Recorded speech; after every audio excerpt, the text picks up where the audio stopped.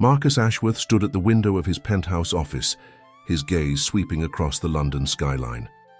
At 32, he had everything society deemed essential for success: a thriving real estate empire, a beautiful wife, and a family name that opened doors throughout British high society.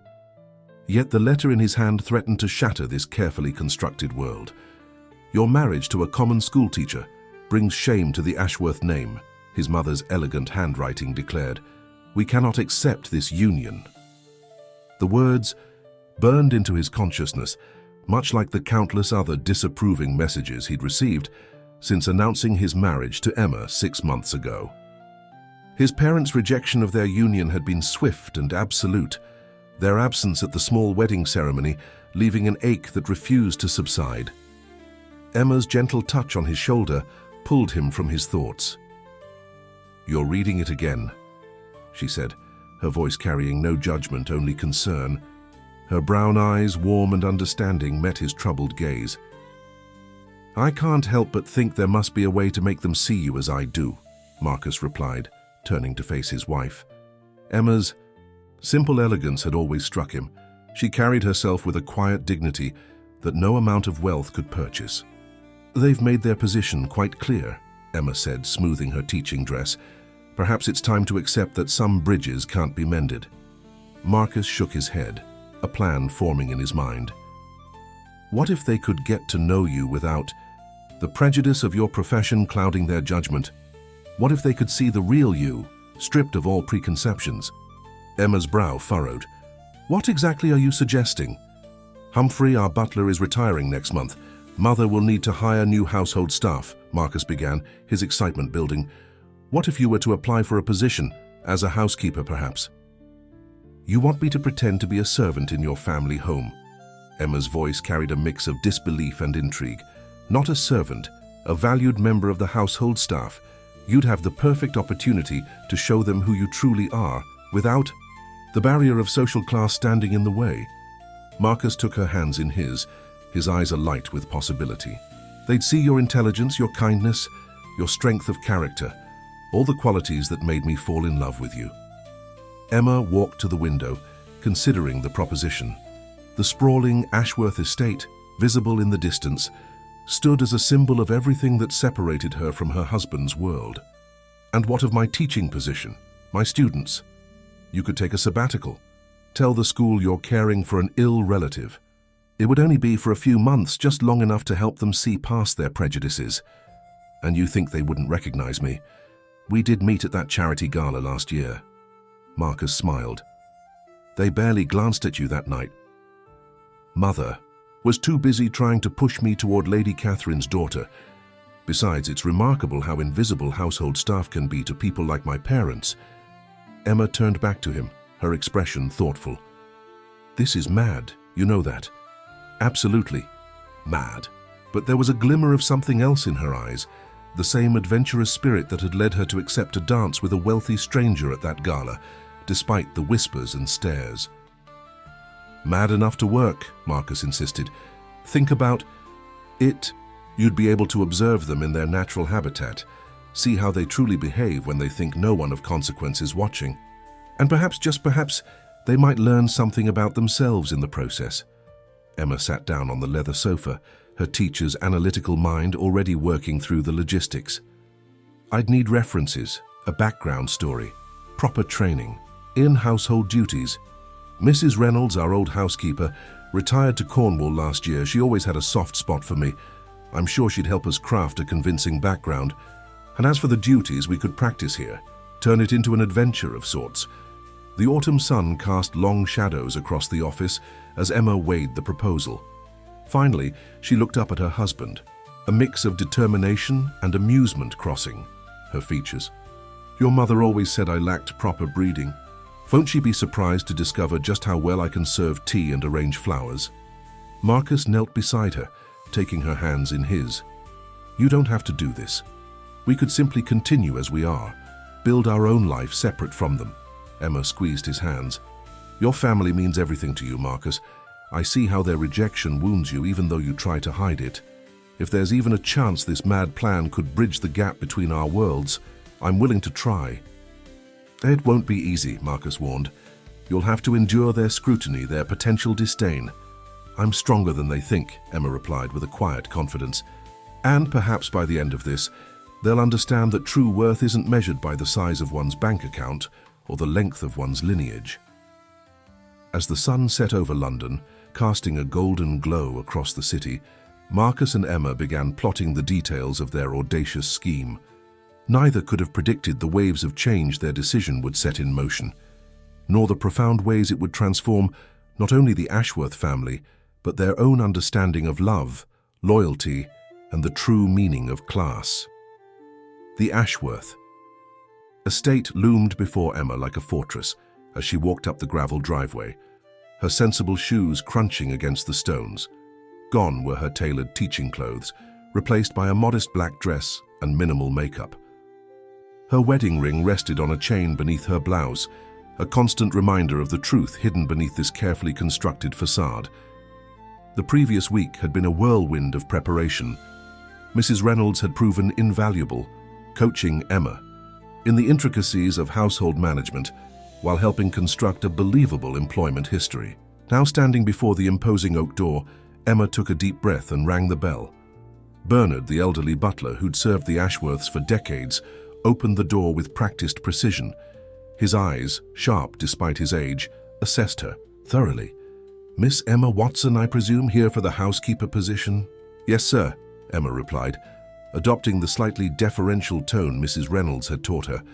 It felt strange using her maiden name again, but they'd agreed it was necessary for the plan to work. The butler led her through the grand entrance hall, its marble floors and crystal chandeliers a stark contrast to the warm, lived-in comfort of her classroom. Family portraits lined the walls, generations of Ashworth staring down with aristocratic dignity. She recognized Marcus in several recent photos, his familiar smile more restrained in these formal settings. Lady Victoria Ashworth awaited in the morning room, exactly as Emma remembered her from their brief encounter at the gala. Her silver hair was perfectly coiffed, her posture rigid as she sat in an antique armchair that resembled a throne more than a seat. "So, you're the candidate?" "Mrs. Reynolds recommended," Lady Victoria said, not bothering to rise. Her eyes swept over Emma with the same dismissive glance she'd given her at the gala, confirming Marcus's prediction about her invisibility as household staff. "Yes, my lady. I worked under Mrs. Reynolds at the Hartley estate for 3 years." The lie felt bitter on Emma's tongue, but she maintained her composed expression. "Your references are quite impressive," Lady Victoria continued, glancing at the forged letters they'd carefully prepared. "Though I must say, you seem rather young for such responsibility." "I started in service quite young, my lady. My mother was a housekeeper as well." This, at least, was true, though Emma's mother had left service to become a teacher, inspiring her daughter to follow the same path. Lady Victoria's lips pursed slightly. "The position requires absolute discretion and loyalty to this household. We entertain frequently, and the Ashworth name demands nothing less than perfection." "I understand completely, my lady. I take great pride in maintaining the highest standards." A slight nod. "Very well. Bernard will show you the staff quarters and explain your duties. You'll begin a trial period immediately." She turned her attention to some papers on the side table, a clear dismissal. Bernard led Emma through the labyrinth of the house, pointing out various rooms and explaining the daily routine. The staff quarters were in the basement level, a world away from the opulence above.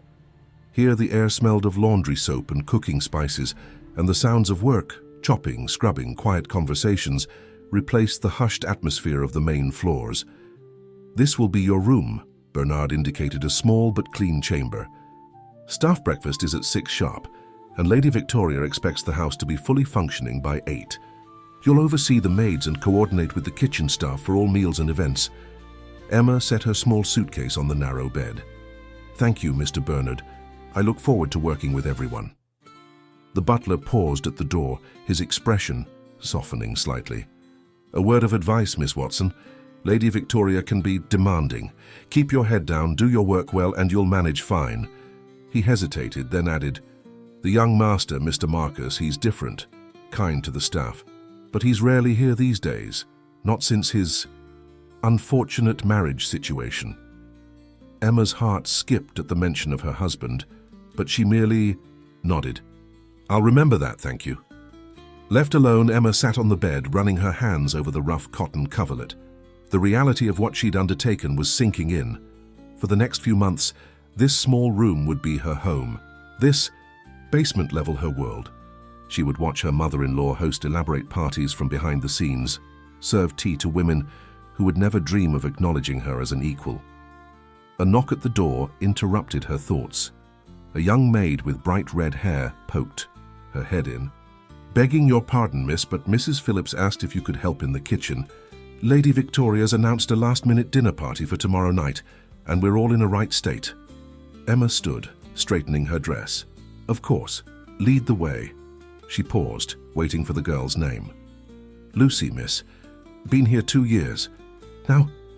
Following Lucy toward the kitchen, Emma could hear the clatter of pots and the raised voice of who she assumed was Mrs. Phillips, the cook. The real test of her deception was about to begin. One slip, one moment of forgetting her role, could unravel everything. But as she stepped into the organized chaos of the kitchen, Emma felt a strange sense of calm settle over her. She was doing this for Marcus, for their future, for the chance to bridge the chasm between their worlds. Whatever challenges lay ahead, that truth would be her anchor. Emma's first week at the Ashworth estate proved more challenging than she'd anticipated. Each morning began before dawn, overseeing the maids as they prepared the house for the day ahead. Lady Victoria's exacting standards meant even the smallest detail required scrutiny, from the precise angle of the curtain tiebacks to the arrangement of fresh flowers in the entrance hall. The dinner party on her second evening had been particularly revealing. Hidden in the shadows of the serving area, Emma watched as her mother-in-law entertained London's elite. Lady Victoria held court at the head of the table, every gesture calculated for maximum effect. "Such a shame about Marcus," Mrs. Blackwood, a regular guest, commented over the second course. "That unfortunate business with the schoolteacher, though I hear he's finally seen sense and begun avoiding her." Emma's hands trembled slightly as she poured the wine, but years of classroom management had taught her to maintain composure under pressure. Lady Victoria's response, however, made her grip tighten on the crystal decanter. "Indeed, I've arranged several introductions with more suitable young ladies. The Pembroke girl, for instance, comes from an excellent family. Marcus simply needs time to remember his proper place in society." The other guests murmured their approval, while Lord Richard Ashworth, Marcus's father, merely nodded absently. Emma had noticed that he rarely engaged in such discussions, preferring to retreat behind his newspaper or busy himself with business matters. Later that evening, as Emma supervised the cleanup, she overheard a conversation between Lady Victoria and the butler that made her blood run cold. "Bernard, ensure that Miss Watson handles the silver properly. The last girl we had was absolutely useless. Couldn't tell a fish knife from a butter spreader. These lower classes simply lack the proper breeding to appreciate fine things." "Yes, my lady.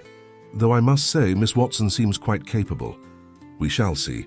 I've invited the Pembrokes for dinner next week. Marcus will be attending, and everything must be perfect. That boy needs to be reminded of his responsibilities to this family." Emma retreated to the kitchen, her mind racing. She hadn't expected to face a dinner party with Marcus present so soon.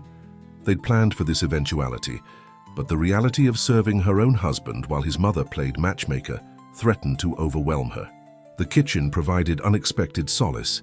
Mrs. Phillips, the cook, had taken Emma under her wing, sharing the unwritten history of the household between batches of scones and roasted pheasant. The older woman's sharp eyes missed nothing, but her commentary remained surprisingly neutral. "Been here 20 years, Mrs. Phillips confided one afternoon as they reviewed the week's menus. "Seen all sorts come and go. The young master, though, he's different from the rest. Got his father's head for business, but his grandfather's heart. Old Mr. Ashworth. Now there was a gentleman who understood that character matters more than breeding." Lucy, the red-haired maid, became another unexpected ally. Her cheerful chatter provided insights into the household's dynamics that Emma carefully filed away. Lady Victoria wasn't always so rigid, Lucy shared while they polished silverware. "The old staff say she changed after her sister married a..." Shopkeeper. Cut ties completely, she did, never spoken of since. Emma's evening reports to Marcus became increasingly detailed. They met in secret at a small cafe near his office, where she shared her observations, and he provided updates on his parents' attempts to orchestrate his social life.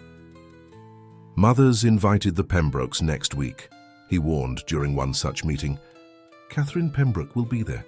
You should know she and I were childhood friends. Mothers always hoped for more. Emma remembered Catherine from society photographs, tall, elegant, and impeccably connected. Are you worried about maintaining our act?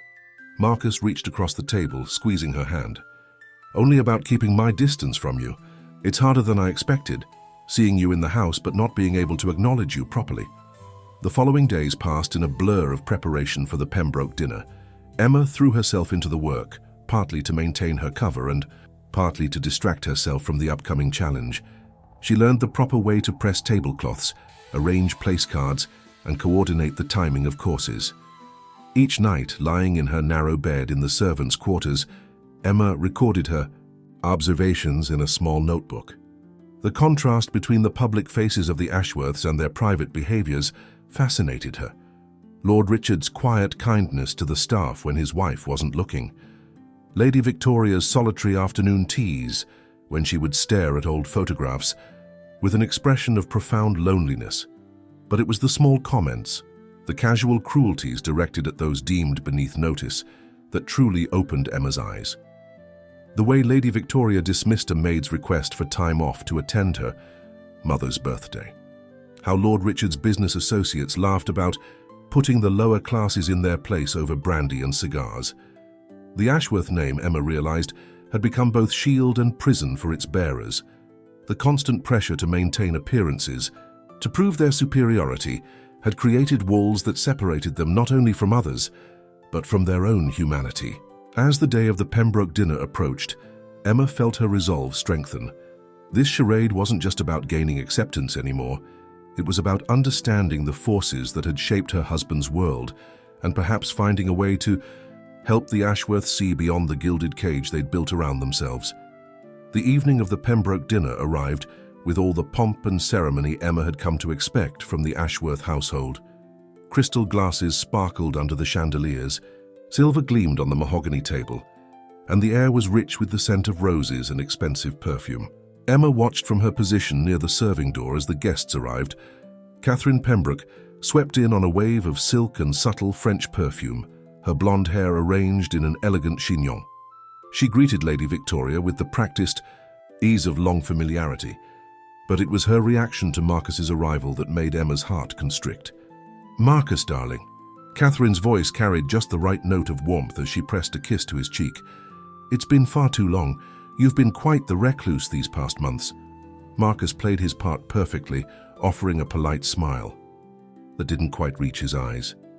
"Business keeps me occupied, Catherine, though Mother's been quite insistent about my attendance tonight." Lady Victoria beamed, ushering them toward the drawing room. "Catherine's just returned from Paris. She's been studying art history at the Sorbonne, such a proper pursuit for a young lady of her standing." Emma moved through the room with practiced invisibility, serving drinks and observing the subtle dance of high society.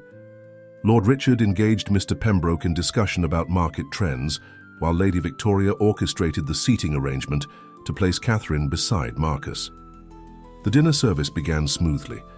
Emma had drilled the staff extensively, ensuring each course arrived with perfect timing. She couldn't help but notice how Catherine leaned toward Marcus during the soup course, her laugh musical as she shared stories of her time abroad. "You always said you wanted to see Paris," Catherine remarked, touching Marcus's arm lightly. "Perhaps you could visit while I'm still studying there. I know all the most charming little galleries and cafes." Lady Victoria's approval radiated across the table. "What a lovely idea. Marcus, you've been working far too hard lately. A trip to Paris might be just what you need." Emma's hands remained steady as she served the wine, but her chest tightened at the obvious matchmaking. She caught Marcus's eye, briefly as she passed. The slight tension in his jaw told her he was equally uncomfortable with the situation. The evening's dynamic shifted during the fish course when Lord Richard unexpectedly brought up business. Marcus's latest development project is quite impressive. He's incorporated affordable housing units alongside the luxury apartments. Lady Victoria's smile flickered. Really, Richard, must we discuss business at dinner? I'm sure Catherine doesn't want to hear about property developments. But Catherine surprised them all. Actually, I'd love to hear about it.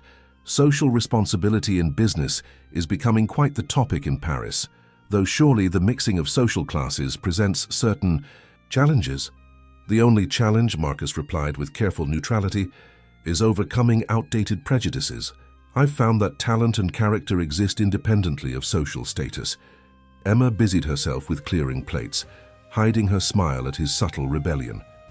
But Lady Victoria quickly steered the conversation back to safer waters, mutual acquaintances, upcoming social events, shared childhood memories. As coffee was served in the drawing room, Emma overheard snippets of conversation between Lady Victoria and Mrs. Pembroke. They look wonderful together, don't they? And Catherine's always had a soft spot for Marcus. It would be an excellent match, Mrs. Pembroke agreed.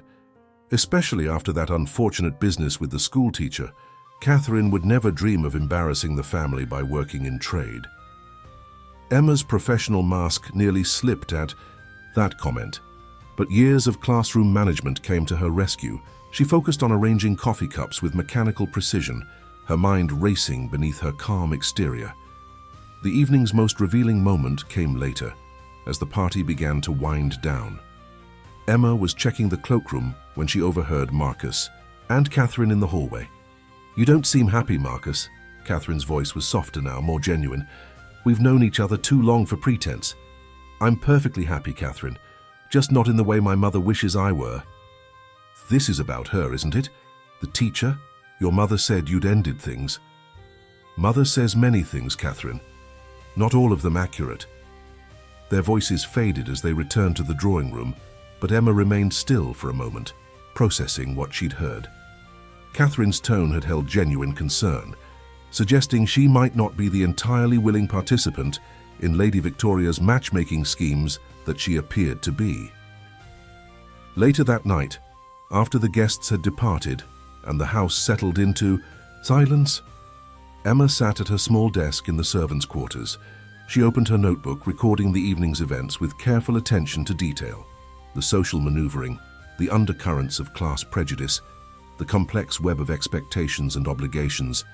It all painted a picture of a world far more nuanced than she'd initially imagined. A soft knock at her door interrupted her writing. Lucy entered, carrying a cup of tea. "Thought you might need this, miss. Quite an evening, wasn't it?" Emma accepted the tea gratefully. "Indeed it was. Did you notice anything interesting from your perspective?" "Only that Mr. Marcus didn't look at Miss Pembroke the way a man should look at his intended, not once all evening." Lucy's eyes twinkled, knowingly. "Begging your pardon, miss, but I'd say his heart's already spoken for elsewhere." The autumn rain pelted against the windows of the Ashworth estate as Emma sorted through a stack of old household records in the attic. Lady Victoria had requested a complete inventory of the family's antique silver collection for an upcoming charity event, sending Emma on a search through decades of documentation. The attic was a treasure trove of family history, filled with trunks, furniture, and countless boxes of papers. As Emma worked, she discovered a leather-bound journal tucked between household ledgers from the 1950s. The name Elizabeth Ashworth was inscribed on its cover in faded gold lettering. Emma hesitated before opening it. Elizabeth had been Lady Victoria's mother-in-law, the previous mistress of the house. According to the staff's whispered stories, she had been a formidable woman who ran the household with an iron will but unexpected kindness. The journal's pages revealed a story that made Emma's hands tremble. Elizabeth Ashworth, the grand lady of the manor, had begun her life as Elizabeth Collins, a housemaid in a Yorkshire estate. She had caught the eye of the young master, Henry. Ashworth and their romance had scandalized London society. "My darling Henry insists that love knows no boundaries," Elizabeth had written. "His parents threatened to cut him off without a penny, but he says he would rather live in a cottage with me than in a palace without me." Emma sat back against an old trunk, her mind racing. The current Lady Victoria's own mother-in-law had been a servant. No wonder the family history had been so carefully hidden away. It contradicted everything Victoria claimed about the importance of proper breeding and social status. A noise from the attic stairs made Emma quickly hide the journal in her apron pocket. Lucy appeared moments later, slightly out of breath. "Miss Watson, Lady Victoria's asking for you. There's been a change of plans for the charity event next week." In the morning room, Lady Victoria was surrounded by social committee members, all women of similar age and status. Emma stood quietly, notebook in hand, as they discussed the upcoming event. "We've decided to make it a historical theme," Lady Victoria announced, "celebrating the great families of London and their contributions to society. Each guest will research their family tree and share stories of their noble ancestors." The irony nearly made Emma laugh aloud, but she maintained her professional composure. "Shall I arrange for the display of the family portraits in the Grand Hall, my lady?" "Yes, but only the ones from the past 70 years, Lady Victoria specified quickly. "The older ones need restoration work." Later that afternoon, Emma was polishing silver in the butler's pantry when she overheard a conversation between Lady Victoria and Lord Richard in the adjacent study. The door had been left slightly ajar, their voices carrying clearly. "I wish you would stop pushing Catherine at Marcus," Lord Richard said, his tone unusually sharp. "The boy's made his choice, Victoria. Perhaps it's time we accepted it." "That teacher would ruin everything we've built," Lady Victoria replied. "Our position in society, our reputation, it's all so fragile, Richard. One wrong move and people start asking questions, digging into the past." "Is that what this is about? Your fear of the past?" Lord Richard's voice softened. "Victoria, my dear, we've spent 30 years running from shadows that can't hurt us anymore. You don't understand. Your mother may have risen above her station, but at least she learned to behave properly. This modern girl, with her career and her independent ideas, she'll never fit in." Emma's hands stilled on the silver. So Lord Richard knew about his mother's history. The question was, how many others in the family were aware of their humble origins? The afternoon post brought a letter from Marcus, delivered directly to Emma's room by a sympathetic Lucy. His words filled her with both warmth and worry. "Mothers, planning something beyond the charity event. I overheard her on the phone with Catherine's mother, discussing Christmas arrangements. Stay alert, my love, and know that I miss you more each day." That evening, as Emma performed her usual rounds, before dinner, she noticed Lady Victoria standing alone in the portrait gallery. The older woman's expression, reflected in the glass covering a family photograph, showed an vulnerability Emma had never seen before. Mrs. Phillips cornered Emma in the kitchen later, her usual practical manner tinged with concern. "The old lady's not been herself lately. Barely touches her meals, spends hours looking at old photographs. Something's eating at her. Mark my words." Emma touched the journal hidden in her room, wondering if its contents might hold the key to understanding Lady Victoria's fears. The woman who seemed so confident in her social superiority was actually standing on a foundation of carefully constructed lies. The rain continued to fall outside as Emma prepared for bed, her mind full of possibilities.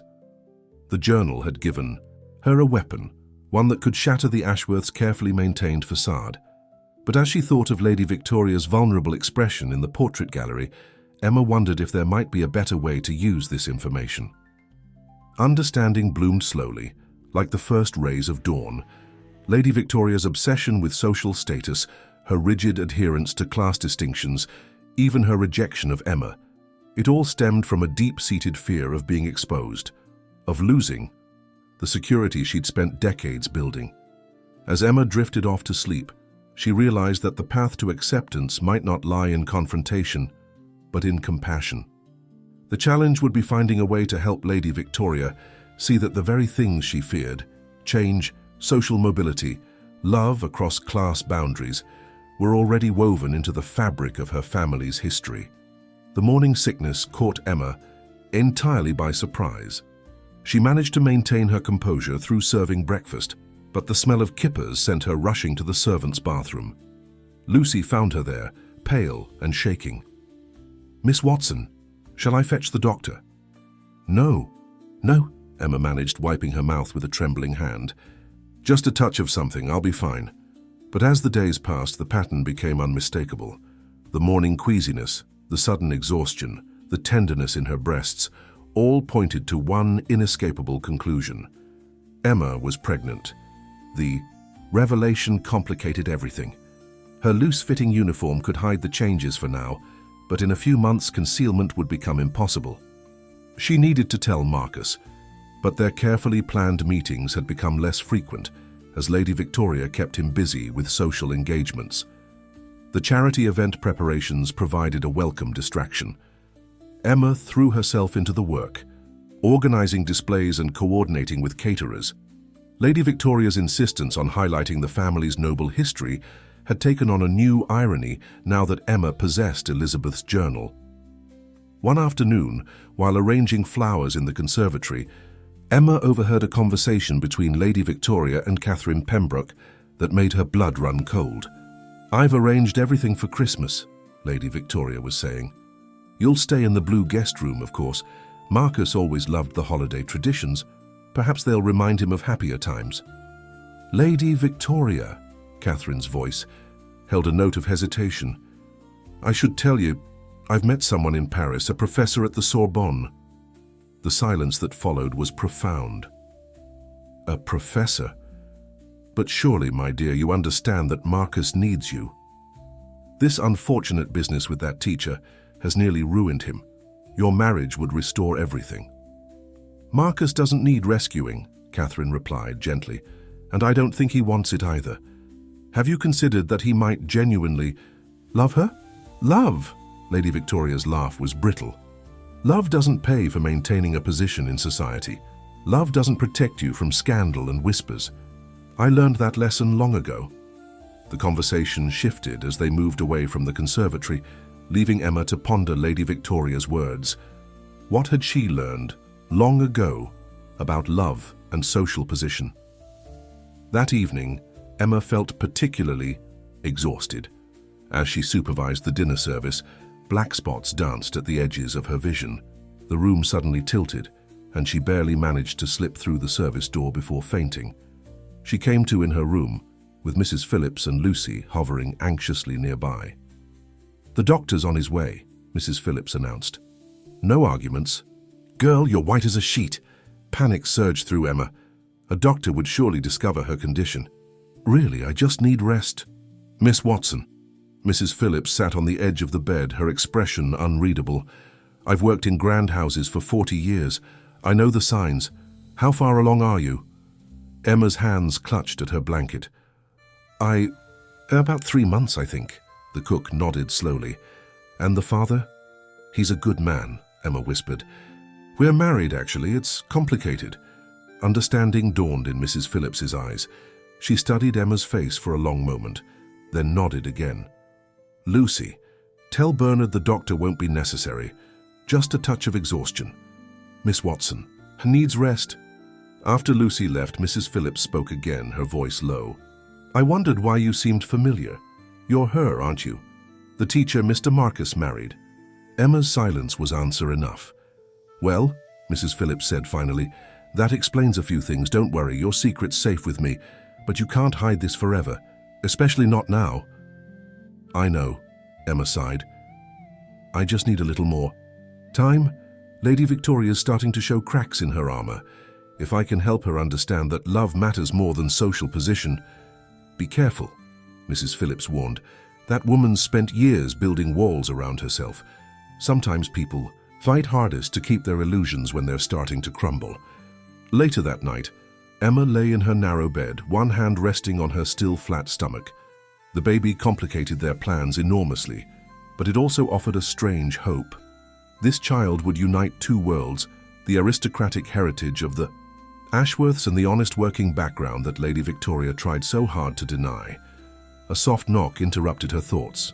Lucy slipped in, carrying a cup of ginger tea and a note. "From Mr. Marcus. He heard you were unwell." The note was brief, but full of concern. "My darling, what's wrong? I'm worried sick.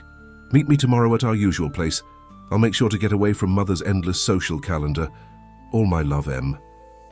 Emma sipped the tea, her free hand tracing the words on the paper. Tomorrow she would tell him about the baby. Their child would change everything. Perhaps not in the way they'd planned, but change was coming nonetheless. The only question was whether Lady Victoria would bend with it or break against it. The small cafe where Emma and Marcus regularly met had become their sanctuary. Today, however, its cozy atmosphere felt charged with nervous energy as Emma waited for her husband. She'd arrived early, choosing a secluded corner table where they could speak privately. Marcus arrived looking slightly harried, his suit slightly rumpled from a day of meetings. His face softened with concern as he saw her. "Emma, my love, you all right? When I heard you'd been ill—" "I'm fine," she assured him, taking his hand across the table.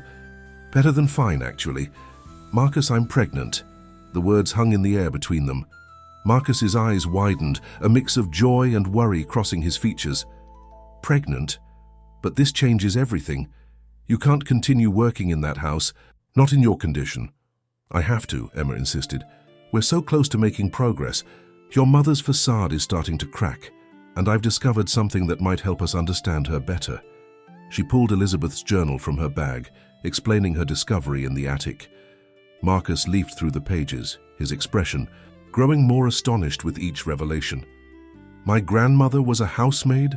Mother never— I had no idea." "It explains so much about her behavior," Emma said softly. "Her obsession with social status, her fear of scandal. She's terrified of anyone discovering the truth." "But why? Surely this proves that love can cross social boundaries. My grandparents' marriage worked. I think that's exactly what frightens her. The journal mentions how hard it was for them at first, the social ostracism they faced. Your mother would have seen all of that as a child." Marcus ran a hand through his hair, a habit Emma recognized from when he was processing difficult information. "So she spent her whole life overcompensating, trying to be more aristocratic than the aristocrats. And now history's repeating itself with us," Emma added, "though I doubt she sees it that way." Their discussion was interrupted by the arrival of their tea. When the waitress had gone, Marcus leaned forward, his voice low and intense. "We need to tell them everything. About our marriage, about the baby, no more hiding." "Not yet," Emma pleaded. "The charity event is in 3 days. Lady Victoria's been working herself into such a state about it, and with this journal, I think I might know how to help her see things differently." Marcus studied her face. "You're planning something." "Trust me," Emma smiled. "Sometimes the best way to break down walls is to show people they never needed them in the first place." The following morning, Emma returned to her duties at the house with renewed purpose. Lady Victoria was in a particularly demanding mood, obsessing over every detail of the upcoming charity event. "Miss Watson, the table settings must be perfect," she instructed, hovering over Emma as she arranged the display. "Each piece tells a story of refinement and breeding. We can't have anything appear common." Emma handled the silver with extra care, knowing now that these very pieces had once been polished by her husband's grandmother. "These pieces must hold many memories, my lady. Family histories are such fascinating things." Lady Victoria's expression flickered. "Some things are better left in the past, Miss Watson. Now, about the family portraits. I've arranged them chronologically, my lady, though I noticed some gaps in the timeline, particularly around your late husband's parents' early marriage." The sharp look Lady Victoria gave her made Emma's heart race, but years of classroom management helped her maintain a neutral expression. Later that afternoon, Emma was checking the guest rooms when she felt another wave of dizziness. She steadied herself against a doorframe, taking deep breaths. "Miss Watson," Bernard's voice startled her. The butler's face showed genuine concern. "Perhaps you should rest. You've been looking rather pale lately." "I'm fine, thank you, Bernard. Just a bit tired with all the preparations." The butler hesitated, then spoke in a lower voice. "You remind me of someone you know, the late Mrs. Elizabeth Ashworth. She had the same quiet strength about her, though few knew her story." He gave Emma a meaningful look before continuing down the hallway. That evening, Emma sat in her room reading more of Elizabeth's journal. The words painted a vivid picture of a woman who had faced society's prejudices with grace and determination. One passage particularly caught her attention. "The true measure of nobility," Elizabeth had written, "lies not in one's birth but in one's actions." Henry's parents eventually saw this truth, though it took time and patience. Love, when it is genuine and strong, has a way of breaking down the grandest walls. A knock at her door revealed Lucy, looking anxious. "Miss Watson, Lady Victoria's asking for you. She's in the portrait gallery." Emma found Lady Victoria standing before a portrait of Elizabeth Ashworth, her expression unreadable in the dim evening light. "You wanted to see me, my lady?" "Yes, Miss Watson. I've been thinking about the family history display for the charity event. Perhaps we should include some of the older portraits after all. People might find them instructive." Something in Lady Victoria's voice made Emma look closer. The older woman's hands were trembling slightly, and her usual perfect posture showed signs of strain. "Sometimes the most inspiring stories," Emma said carefully, "are the ones that show us that love and courage matter more than social conventions." Lady Victoria turned sharply, studying Emma's face. For a moment, something like recognition flickered in her eyes, but she quickly masked it. "That will be all, Miss Watson. Please ensure everything is ready for tomorrow's final preparations." As Emma left the portrait gallery, she felt the baby flutter within her for the first time. She pressed a hand to her stomach, smiling softly. Soon, very soon, all the secrets would come to light. The question was whether the Ashworth family would be strong enough to embrace their true history, or if the weight of pretense would finally break them apart. The day before the charity event brought controlled chaos to the Ashworth estate. Emma coordinated deliveries, supervised the cleaning staff, and managed last-minute changes to Lady Victoria's increasingly complex plans. The physical demands of her work, combined with her pregnancy, left her exhausted, but she pushed through with quiet determination. Marcus had arrived early that morning, ostensibly to help with preparations, but really to keep an eye on Emma. She caught glimpses of him throughout the day, in the library with his father, discussing business over brandy, in the garden, inspecting the tent arrangements, in the hallway, his eyes following her with poorly concealed concern. The roses need to be rearranged, Lady Victoria announced, sweeping into the conservatory where Emma was working. "This display looks too informal. We want to project the right image tomorrow." "Of course, my lady." Emma began adjusting the flowers, fighting back a wave of nausea. From the corner of her eye, she saw Marcus hovering in the doorway, his hands clenched at his sides. "Marcus, darling." Lady Victoria brightened at the sight of her son. "I'm so pleased you'll be here tomorrow. Catherine sends her regrets, but under the circumstances—" "Yes, I heard about her engagement to the professor," Marcus replied, his voice carefully neutral. "I wish her every happiness." Lady Victoria's smile tightened. "Such a shame. Still, there will be plenty of suitable young ladies at the event. The Harrington girls, for instance." "Mother!" Marcus's tone stopped her. "I think we both know I'm not interested in suitable young ladies." An uncomfortable silence fell. Emma busied herself with the roses, her heart racing. Lady Victoria looked between her son and the flowers, her composure slipping slightly. "I only want what's best for you," she said finally. "This family has a position to maintain."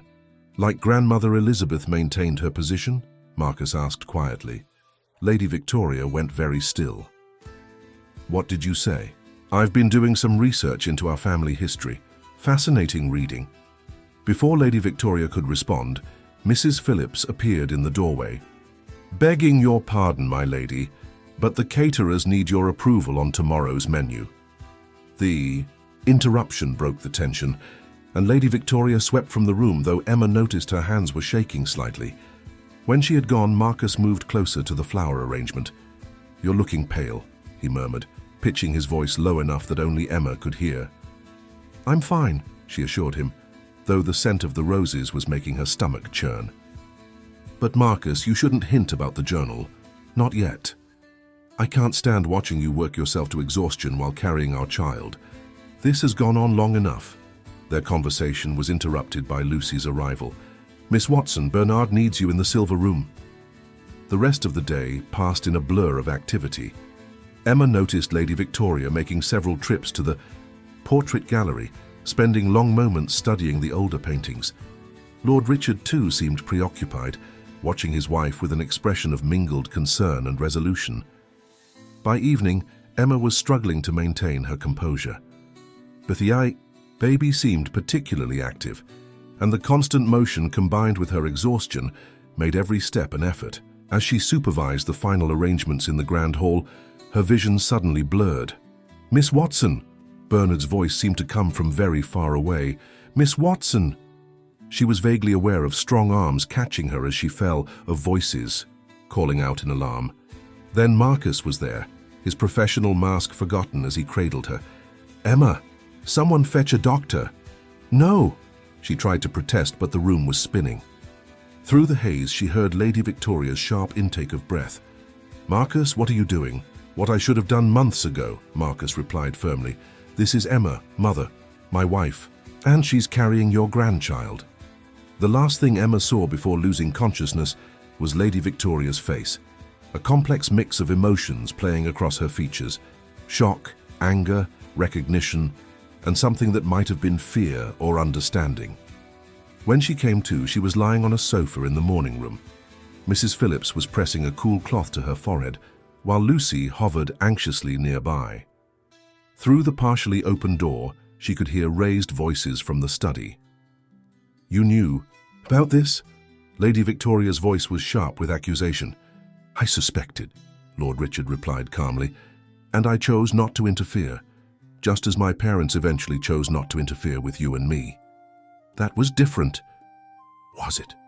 Victoria, my dear, you've spent so many years trying to forget where we came from, but our son has found love just as real as ours was, as real as my parents' love was." Emma tried to sit up, but Mrs. Phillips gently pressed her back. "Rest, my dear. There's been quite enough excitement for one evening." "The baby," Emma whispered. "Will be just fine if you rest properly," Mrs. Phillips assured her. "Though, I must say this wasn't quite how I expected all the secrets to come out." From the study, Lady Victoria's voice had dropped to a whisper Emma couldn't quite catch. Then footsteps approached the morning room, and the door opened fully to reveal Lady Victoria, her face pale but composed. The older woman looked at Emma for a long moment, then spoke quietly. "We will discuss everything tomorrow after you've rested, but for now—" She hesitated, then continued more softly. "For now, know that no grandchild of mine will sleep in the servants' quarters." The morning of the charity event arrived with pale winter sunlight streaming through the windows of the blue guest room, where Emma had spent the night under Mrs. Phillips's watchful care. The house hummed with preparation, but for the first time since her arrival, Emma wasn't overseeing the arrangements. A soft knock at the door revealed Lady Victoria, already dressed for the day in a tailored blue suit. She hesitated in the doorway, her usual commanding presence tempered by uncertainty. "How are you feeling?" she asked, her voice carefully controlled. "Much better, thank you," Emma replied, sitting up against the pillows. "I should help with the preparations." "You will. Do no such thing." Lady Victoria moved into the room, perching awkwardly on the edge of a delicate chair. "Mrs. Phillips has everything well in hand." An uncomfortable silence fell between them. Emma could see Lady Victoria's eyes darting to her still flat stomach, then away again. Finally, the older woman spoke. "How long have you known about the baby?" "A few weeks," Emma admitted. "We weren't planning to reveal everything quite so dramatically." "No, I suppose not." Lady Victoria's fingers worried at her pearl necklace. "You found Elizabeth's journal, didn't you? That's why you asked about the old portraits." Emma nodded slowly. She was a remarkable woman. Her strength, her dignity in the face of prejudice. "She taught me everything about running this house," Lady Victoria said softly. "How to manage staff, arrange flowers, plan parties. Everyone assumed I came from the same world they did. No one ever guessed that my own mother ran a small shop in Manchester." Emma's surprise must have shown on her face because Lady Victoria gave a small, bitter laugh. "Oh yes, I wasn't born to this world either. Richard's parents, Elizabeth and Henry, They supported us, helped us navigate society. Elizabeth told me once that the true test of character wasn't how high you could climb, but how you treated others on your way up. She paused, her composure cracking slightly. I'm afraid I failed that test rather spectacularly. It's not too late to change that, Emma suggested gently. Before Lady Victoria could respond, Marcus appeared in the doorway. He'd clearly been up all night, his usual polished appearance slightly rumpled. Emma, how are you feeling? He crossed to the bed, taking her hand, and Emma noticed Lady Victoria watching them with an odd expression. You look at her the way your father used to look at me, she said quietly. Before I became so focused on maintaining our position that I forgot what really mattered. Mother, no, let me finish. Lady Victoria stood, smoothing her skirt with trembling hands. I spent so many years being afraid of being discovered, afraid of losing everything we'd built. I turned that fear into pride, into prejudice, into walls between us and the rest of the world. And in doing so, I nearly lost something, far more precious than social status. Emma felt tears pricking at her eyes and blamed it on pregnancy hormones. Marcus's hand tightened around hers. The charity event begins in 2 hours, Lady Victoria continued, her practical nature reasserting itself. I need to make some changes to the arrangements. Marcus, your wife should rest this morning, but perhaps she would feel well enough to join us this afternoon, properly introduced this time. After she left, Marcus sat on the edge of the bed, pulling Emma into his arms. Are you sure you're up to facing everyone today? I think so, Emma smiled, though I may need to borrow something to wear. My housemaid's uniform might raise some eyebrows. A knock at the door revealed Lucy carrying a garment bag. Begging your pardon, but Lady Victoria sent this up. She said it was her favorite when she was first married. The dress inside was elegant but not ostentatious, a deep blue silk that complemented Emma's coloring perfectly. As Lucy helped her dress later that morning, Emma caught snippets of conversation from the floor below.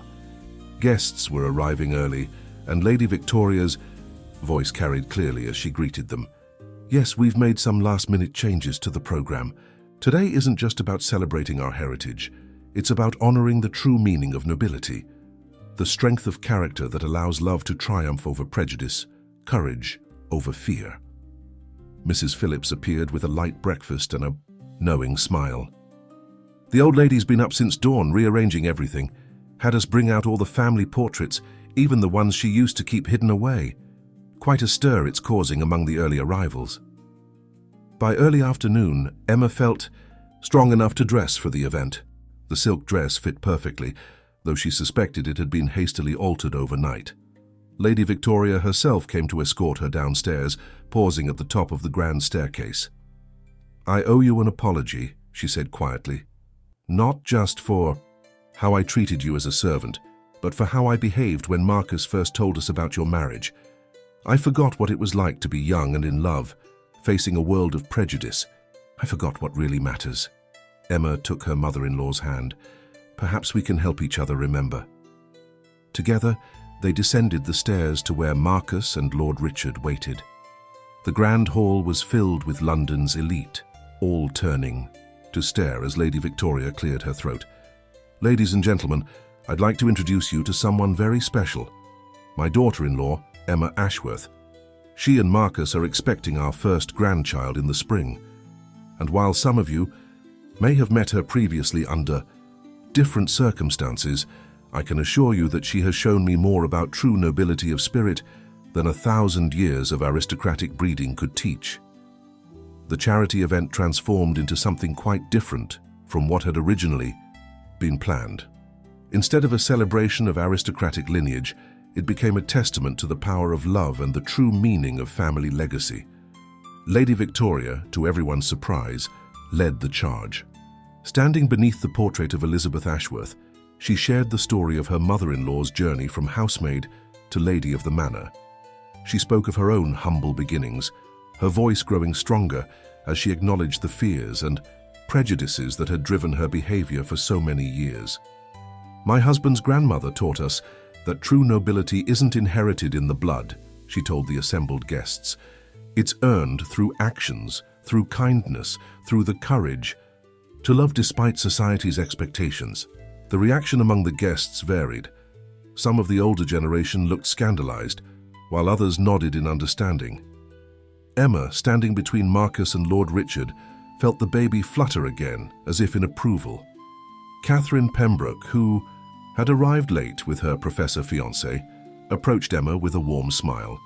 "I always suspected there was more to the story, though I must admit I never imagined quite such a dramatic revelation." "Neither did we," Emma laughed, one hand resting on her stomach. Life has a way of making its own plans. Throughout the afternoon, Emma watched Lady Victoria moving among her guests with a new air of freedom. The rigid mask of perfection had softened, replaced by something more genuine. She overheard snippets of conversation that suggested others had similar stories, hidden in their family trees. A grandmother who'd been a seamstress, a grandfather who'd worked his way up from the factory floor. Mrs. Phillips and the other staff members had been invited to join the gathering, another departure from tradition. The cook's famous scones were served alongside the caterer's fancy canapés, and Bernard found himself sharing family stories with a duke who remembered his own father speaking of similar service in years past. Lucy, still wearing her maid's uniform but now mingling freely with the guests, couldn't contain her excitement. "It's like something out of a novel, Mrs. Ashworth, though I had my suspicions, especially after you knew exactly how to fold those complicated napkins for the Pembroke dinner." As the evening drew to a close, Emma found herself in the portrait gallery with Lady Victoria. They stood together, looking up at Elizabeth's painting. "She would have adored you," Lady Victoria said softly. "She always said the house needed more laughter, more real warmth. I tried so hard to be perfect that I forgot to be human." "It's never too late to change," Emma replied, thinking of her classroom and the lessons she'd learned there about growth and second chances. "No, it isn't." Lady Victoria hesitated, then placed a hand gently on Emma's stomach.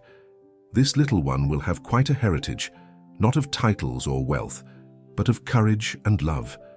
Perhaps you could tell them stories of their great-great-grandmother, who began as a housemaid and became so much more. And of their grandmother," Emma added, "who had the courage to tear down walls she'd spent years building." Later that night, after the guests had departed and the house had quieted, the family gathered in the library. Lord Richard poured champagne for everyone except Emma, who sipped ginger tea prepared by Mrs. Phillips. "To new beginnings," he proposed, raising his glass. "And to old wisdom," Lady Victoria added, glancing at the journal that now sat proudly displayed on the library table. "I've been thinking, perhaps it's time to make some changes to the household." "Changes?" Marcus asked, his arm around Emma. "Yes, for one thing, I believe the staff quarters could use some renovation. Proper heating, new furnishing. I've seen firsthand now how inadequate they are, and the wages should be reviewed. A household isn't just about the family who owns it, but about everyone who makes it a home." Emma smiled, remembering her first days in those basement rooms. "The staff will appreciate that, though I hope you'll understand if I don't offer to help with the renovations this time." Laughter filled the room, real, warm laughter that seemed to chase away the last shadows of pretense and prejudice. Through the library window, Emma could see the first stars appearing in the winter sky. The baby moved again, and she thought of all the stories this child would inherit. Stories of love transcending class barriers, of courage to face society's judgment, of the strength to acknowledge mistakes and grow from them. Lady Victoria moved to stand by the window, her posture relaxed in a way Emma had never seen before. "You know, I've been thinking about the spring garden party. Perhaps we could make it less formal this year, more inclusive. After all, real nobility isn't about keeping people out. It's about welcoming them in." Marcus squeezed Emma's hand. "I think that's a wonderful idea, Mother, though perhaps we should wait until after the baby arrives to start planning." "Oh, of course," Lady Victoria brightened. "We'll need to prepare the nursery. I think the blue room would be perfect. It gets lovely morning light. That is, if you're planning to stay here." The question hung in the air, heavy with meaning. Emma looked at Marcus, seeing her own hope reflected in his eyes. "We'd love to," she said softly. "After all, this house has quite a history of welcoming unexpected additions to the family." Lord Richard raised his glass again. "To the next chapter of the Ashworth story. May it be written with love, acceptance, and perhaps a bit less drama than the last one." As they all laughed and clinked glasses, Emma felt a profound sense of rightness settle over her. The walls, between upstairs and downstairs, between old money and new love, had finally begun to crumble. In their place, something stronger was being built, a foundation of truth, understanding, and the kind of nobility that comes not from birth, but from the heart. Spring arrived at the Ashworth estate, bringing with it a wave of changes that went far beyond the blooming gardens. The staff quarters had been completely renovated, with Mrs. Phillips proudly showing visitors the new kitchen equipment and comfortable living spaces. Bernard, who had initially resisted change, now admitted that the more relaxed atmosphere had improved everyone's spirits. Emma, now 6 months pregnant, had taken to spending her mornings in the conservatory, surrounded by the flowers she once arranged as a housemaid. Lady Victoria often joined her there, their conversations ranging from baby preparations to family history, to Emma's plans to return to teaching part-time after the baby was born. "You know," Lady Victoria said one morning, arranging roses in a crystal vase, "I've been thinking about education lately. The local primary school's budget has been cut again."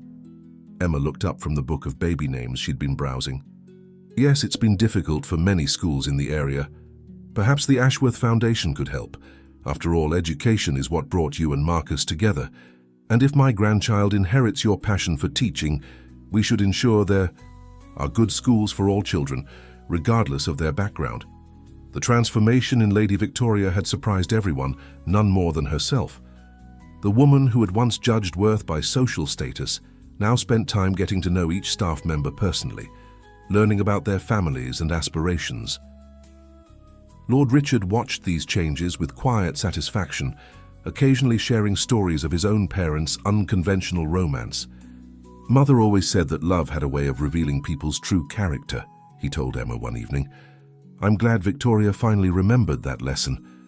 The biggest surprise came when Lady Victoria suggested converting part of the estate's grounds into affordable housing. "Marcus's development project proved it can work," she argued during a family dinner. "Why shouldn't we use our resources to help others while maintaining the estate's legacy?" Marcus, who had watched his mother's evolution with a mixture of joy and amazement, supported the idea enthusiastically. The plans were drawn up, incorporating green spaces and community areas that would bring together residents from all walks of life. Lucy, still working at the estate but now enrolled in evening classes with Lady Victoria's encouragement, helped Emma prepare the nursery. The room combined traditional Ashworth family pieces with modern touches, including a rocking chair, identical to the one Emma had used in her classroom. "It's strange," Lucy mused as they folded tiny clothes. "How much has changed since you first arrived? Even the way we address each other is different now." Emma smiled, remembering her first days as a pretend housemaid. "Change isn't always comfortable, but sometimes it's necessary for growth." The preparation for the baby became a house-wide project. Mrs. Phillips experimented with traditional family recipes, adapting them to suit Emma's cravings. Bernard unearthed a collection of antique children's books from the library, their pages filled with handwritten notes from generations of Ashworth children. One rainy afternoon, as Emma and Lady Victoria sorted through old family photographs for an album, they discovered a series of pictures showing Elizabeth in her early days at the estate. In one, she stood in her housemaid's uniform, young and determined. In another, taken years later, she sat proudly in the garden surrounded by her family. "I forgot how young she was," Lady Victoria said softly, touching the photograph. "How brave she must have been to face all that judgment and disapproval, just like you did." Emma looked at her mother-in-law, noting how the rigid, aristocratic mask had been replaced by genuine warmth. "We all face our challenges differently. The important thing is learning from them." The baby kicked, and Emma guided Lady Victoria's hand to feel the movement. "Active, little one," Lady Victoria smiled, "just like Marcus was." He never could sit still during formal dinners. Used to drive me to distraction with his fidgeting. Speaking of formal dinners, Emma said, I've been thinking about the christening celebration. Perhaps we could make it less about tradition and more about family, all kinds of family. Lady Victoria nodded thoughtfully. Yes, I think that's perfect. After all, this baby represents the best of both worlds, the heritage of the past and the promise of the future. As spring deepened into early summer, the estate buzzed with preparation for the new arrival. The gardens bloomed with renewed vigor, as if nature itself celebrated the coming change. Emma often found herself walking the same paths she'd traveled as a housemaid, marveling at how differently she saw everything now. The greatest change, however, was in the house's atmosphere. Where once there had been rigid formality, now there was warmth and laughter. Staff members no longer scurried out of sight when family members appeared. Instead, the lines between upstairs and downstairs had blurred, creating a community rather than a hierarchy. One evening, Emma found Lady Victoria in the portrait gallery, adding a new photograph to the wall, the one of Elizabeth in her housemaid's uniform. It's time we displayed all of our history, Lady Victoria explained. The good, the difficult, and the transformative. After all, isn't that what family is about? The baby arrived on a bright June morning, as the gardens of the Ashworth estate were in full bloom. Elizabeth Grace Ashworth made her entrance into the world surrounded by family, both blood relations and those who had become family through love and loyalty. Mrs. Phillips paced the hallway with Bernard, both of them too, anxious to remain in the kitchen. Lucy kept everyone supplied with tea and sandwiches, while Lord Richard attempted to calm his equally nervous wife and son. When the nurse finally emerged with news of both mother and baby being healthy, the entire household celebrated. Lady Victoria, holding her granddaughter for the first time, felt tears sliding down her cheeks. She has your eyes, she told Emma, who was resting comfortably in the same blue guest room where she'd spent her first night as an acknowledged member of the family. But I see the Ashworth chin.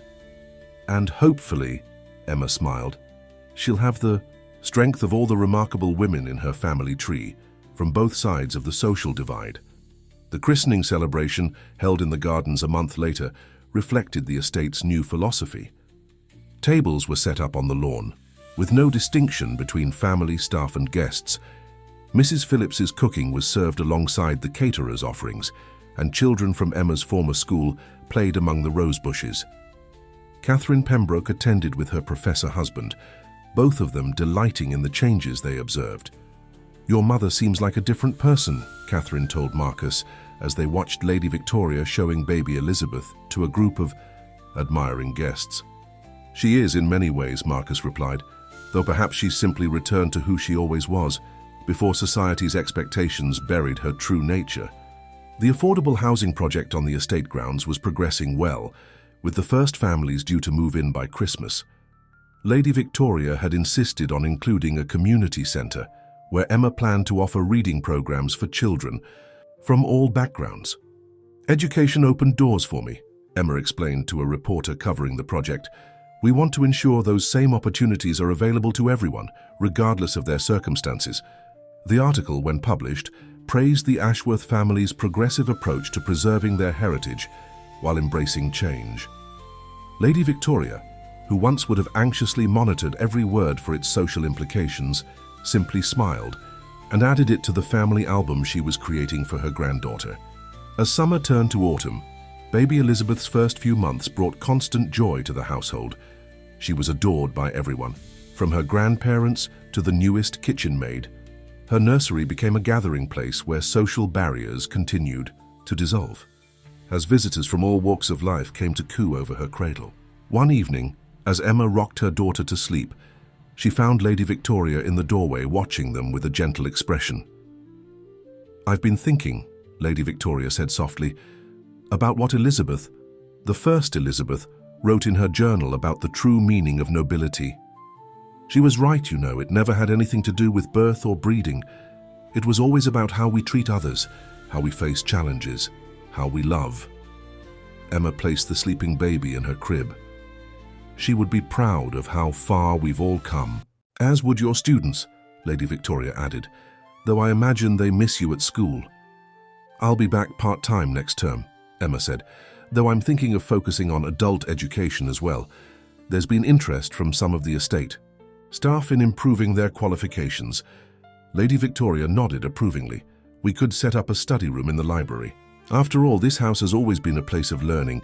We just didn't always recognize what we could learn from each other. Later that night, as the family gathered in the library for their evening ritual, Emma looked around at the faces she had come to love. Marcus, his father's business acumen now tempered by a deeper understanding of social responsibility. Lord Richard, his quiet strength supporting them all. Lady Victoria, her hard edges softened by love and acceptance. And baby Elizabeth, sleeping peacefully in her grandmother's arms, unaware of the boundaries her very existence had helped break down.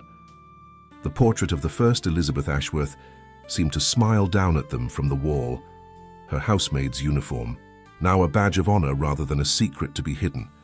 Beside it hung new photographs, Emma in her teaching days, Lady Victoria with her granddaughter, the whole family together at the christening, staff members included in the frame. To think, Lady Victoria mused, all of this began because two young people dared to fall in love across social boundaries. Twice in this family's history, love has taught us what truly matters. Emma squeezed Marcus's hand, remembering their bold plan and all that had followed. Sometimes the greatest act of love is believing in someone enough to help them find their way back to their true self. And sometimes, Lady Victoria added, smiling at her granddaughter, the greatest gift we can give the next generation is the freedom to love without boundaries. As the evening drew to a close, Emma stood at the EI's library window, watching the lights come on in the distant housing development. Soon, new families would make their homes there, becoming part of the estate's extended community. The old walls between classes would continue to crumble, replaced by bridges of understanding and respect. Baby Elizabeth stirred in her sleep, and Emma smiled, knowing that her daughter would grow up in a world where love mattered more than social status, where courage to change was celebrated, and where family meant something far richer than bloodlines and breeding. The Ashworth estate, once a symbol of rigid social hierarchy, had become a testament to the power of love to transform not just individuals, but entire communities. And somewhere, Emma liked to think, the first Elizabeth was watching over them, all pleased to see her legacy of love continuing to shape future generations.